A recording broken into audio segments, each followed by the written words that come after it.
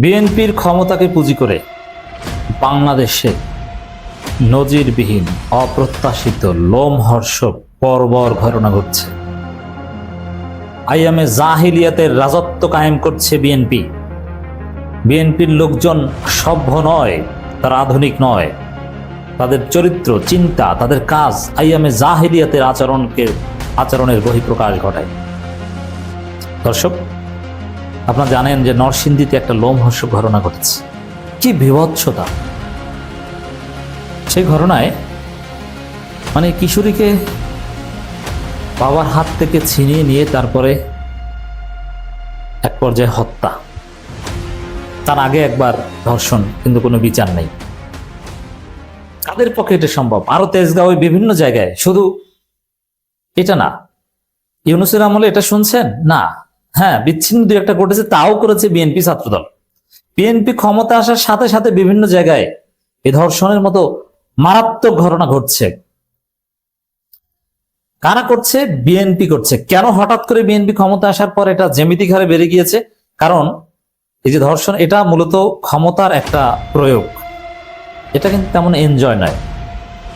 এভাবে জোর করে করলে কিন্তু মজা পাওয়া যায় না। এটা বুঝতে হবে।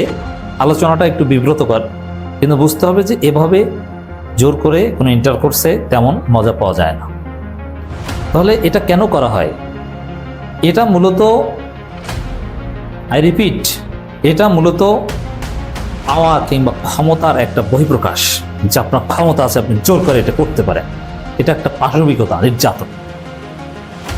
অতএব এই কাজের সাথে এনজয়মেন্টের, ইন্টারকোর্সের সম্পর্ক না, বেসিক্যালি এর সাথে সম্পর্ক মূলত ক্ষমতার। অতএব বিএনপি ক্ষমতা আসার পর বিএনপি সন্ত্রাসীরা ভেবেছিল তাদেরকে কে কি বলবে, তারা যা ইচ্ছা তা করবে।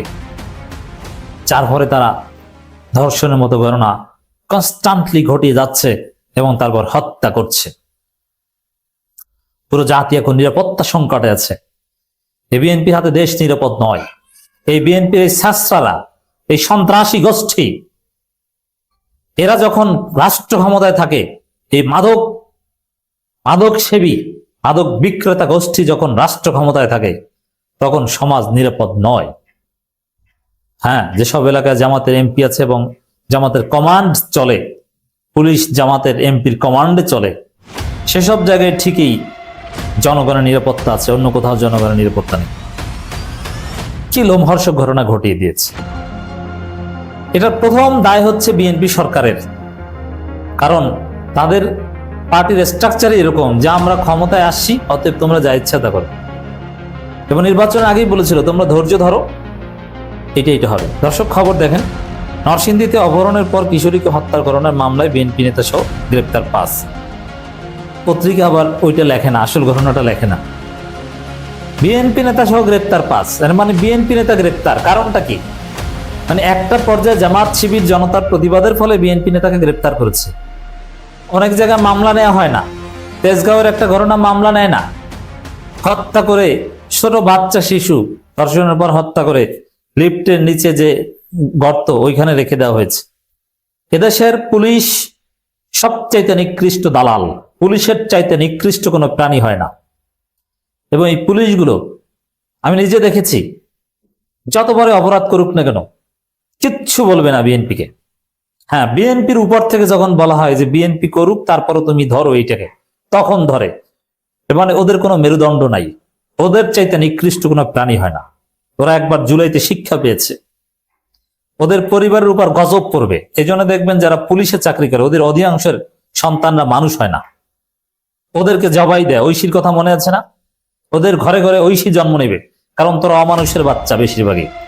খুব অল্প পরিমাণ পুলিশ কর্মকর্তা আছে ভালো, আমি চিনি, আমার বন্ধু বান্ধব আত্মীয় অনেকে আছে, কিন্তু তাদের পুলিশ ডিপার্টমেন্টে তেমন ক্ষমতা নেই। তাদেরকে কোণঠাসা থাকতে হয়। বিএনপির সময় বিএনপির দালালি করে, আওয়ামী লীগের সময় আওয়ামী লীগের দালালি করে। অথচ ইউরোপ আমেরিকা আমরা দেখেছি না, এরকম কিছু না, আইনের শাসন। তো বিএনপি আইনের শাসন নিশ্চিত করতে পারবে না, পুলিশকে দালাল বানিয়ে রেখেছে। এখন আবার পুলিশ নিয়োগ দিচ্ছে নিজেদের দলীয় পুলিশ, যার ফলে সামাজিক অস্থিরতা। বিএনপি ক্ষমতা আসার পর দেশটা অস্থির হয়ে উঠেছে। ভয়ানক দ্রব্যমূল্যের ঊর্ধ্বগতি, আইন শৃঙ্খলা পরিস্থিতির ভয়ানক অবনতি, সব জায়গায় ডেভিয়েশন, ল অ্যান্ড অর্ডার সিচুয়েশনের মারাত্মক ড্রাস্টিক ডিটোরিয়েশন, হঠাৎ করে জ্যামিতিকায় ধর্ষণ বেড়ে গিয়েছে। আওয়ামী লীগ আমলে শুধু ধর্ষণ ছিল, এখন ধর্ষণ করে হত্যা করা হয়। আপনি চিন্তা করছেন আমরা কোথায় আছি?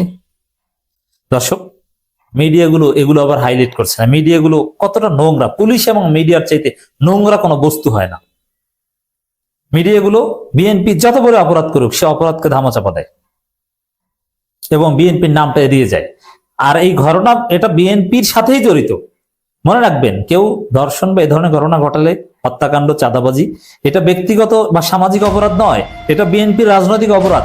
কারণ বিএনপি ক্ষমতা এসেছে বলেই, অথবা ক্ষমতা আসার আগেও বিএনপির পাওয়ার ছিল। ইউনূস আমলও তো বিএনপি ক্ষমতা ছিল, ইউনূস সরকারটা ছিল বিএনপি সরকার। সেটা তো খলিলকে পররাষ্ট্রমন্ত্রী বানানোর মাধ্যমে ওই সরকারের সচিবরা, এই সরকারের সচিবরা, ড্রাইভাররা এই সরকারের ড্রাইভার হয়, আরো বিভিন্ন জন, এতে থেকেই তো বোঝা গেছে। অতএব ক্ষমতা ব্যবহার করে এই কাজটা করা হয়। কিন্তু মিডিয়াগুলো দেখবেন যে রিপোর্ট করে, কিন্তু বিএনপির নামটা এড়িয়ে রিপোর্ট করে। তারা বলে এটা সামাজিক একটা সমস্যা। না, এটা সামাজিক সমস্যা না, এটা বিএনপির সমস্যা। এটা রাজনৈতিক ক্ষমতার সাথে সম্পর্ক। মিডিয়া প্রতিবাদ করে না, পুলিশ অ্যাকশন নেয় না, এবং ঢাকা বিশ্ববিদ্যালয়ে নারী শিক্ষার্থীকে পিটায়, হেনস্থা করে। ছাত্রদলের এক সন্ত্রাসী, পদধারী, ছাত্রদলের বেশিরভাগই তো সন্ত্রাসী, পদধারী সন্ত্রাসী, মাদক সেবী, হত্যা মামলার আসামি, লাঠি দিয়ে নারী শিক্ষার্থীকে পিটিয়েছে গভীর রাতে। বাম সন্ত্রাসীরা, বাম দালালেরা প্রতিবাদ করে, ছাত্রদলের নাম লেখে না। এইভাবে সিলেক্টিভ কৌশলী প্রতিবাদ করলে জীবনে এই সমস্যার সমাধান হবে না। একমাত্র জামাত, শিবির, এনসিপি, ডাকসু এরা প্রতিবাদ করছে, অন্য সবার বিবেক মরে গেছে। সাধারণ শিক্ষার্থীরাও এখন প্রতিবাদ করতে ভয় পায়। কেন? এখন আবার পুলিশ ভেরিফিকেশনের নামে আমার চাকরি আটকে দেয় কিনা। আমি বিএনপির আকামের বিরুদ্ধে বলেছি না। আওয়ামী লীগ তো অনেক বছর টিকে ছিল, বিএনপি 1.5 বছর টিকতে পারে কিনা সন্দেহ আছে। কঠিন বিপদ বিএনপির সামনে অপেক্ষা করছে। এই অপকর্মের বিরুদ্ধে জামাত প্রতিবাদ করছে, শিবির রাজপথে নেমে গিয়েছে, ডাকসু বিক্ষোভ মিছিল করেছে। অথচ স্বরাষ্ট্রমন্ত্রীর পদত্যাগের দাবিতে বিক্ষোভ মিছিল করা দরকার। আইন শৃঙ্খলা পরিস্থিতি রক্ষা করতে পারো না, নিজেকে ডিফেক্টো প্রধানমন্ত্রী ভাবো, ভারত বসিয়েছে। মনে রাখবেন, এই সরকার তারেক রহমান সরকার নয়। প্রধানমন্ত্রী তারেক রহমানের চাইতেও অন্য কারো বিশেষ এক মন্ত্রীর বিশেষ ক্ষমতা আছে। এটা এক অদৃশ্য শক্তি এখানে ক্ষমতা নিয়ন্ত্রণ করছে। তো দর্শক, জামাত এই ঘটনার তীব্র প্রতিবাদ জানিয়েছে। নরসিংদীর মাধবদীতে কিশোরীকে ধর্ষণ করে হত্যার ঘটনায় গভীর উদ্বেগ প্রকাশ করেছে ইসলাম মাহবুব জুবায়ের এবং ঘটনার বিচার দাবি করছে। শিবির, ডাকসু, বিশেষ করে ডাকসু ঢাবি সেন্ট্রাল মসজিদ থেকে বিক্ষোভ মিছিল করেছে বাদ জুমা। সেখানে এস এম ফরহাদ, সাদিক কায়েম এবং ডাকসু নেত্রীরাও কথা বলেছে, প্রতিবাদ করেছে। তারা এই বিষয়ে ছাড় দিবে না। এখন দেখি আমাদের আশা আকাঙ্ক্ষার একমাত্র ভরসা শিবির, সাদিক কায়েম, ডাকসু, জামাত যে বিষয়ে জোরালো প্রতিবাদ করতে পারে এনসিপি, সেই বিষয়ে একটু বিচার হয়, গ্রেপ্তার হয়। তাও কোন ফাঁক ফোকর থেকে বের হয়ে যাবে বলা যায় না। আসুন সবাই জেগে উঠুন, বিএনপি সরকারের বিরুদ্ধে জেগে উঠুন। কারণ এটা বিএনপির দোষ, বিএনপির ক্ষমতার দোষ।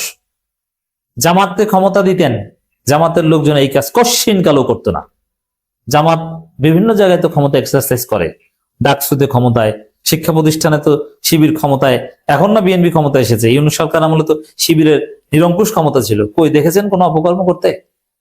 অতএব বিএনপি সরকারের বিরুদ্ধে আপনাদেরকে সোচ্চার হতে হবে।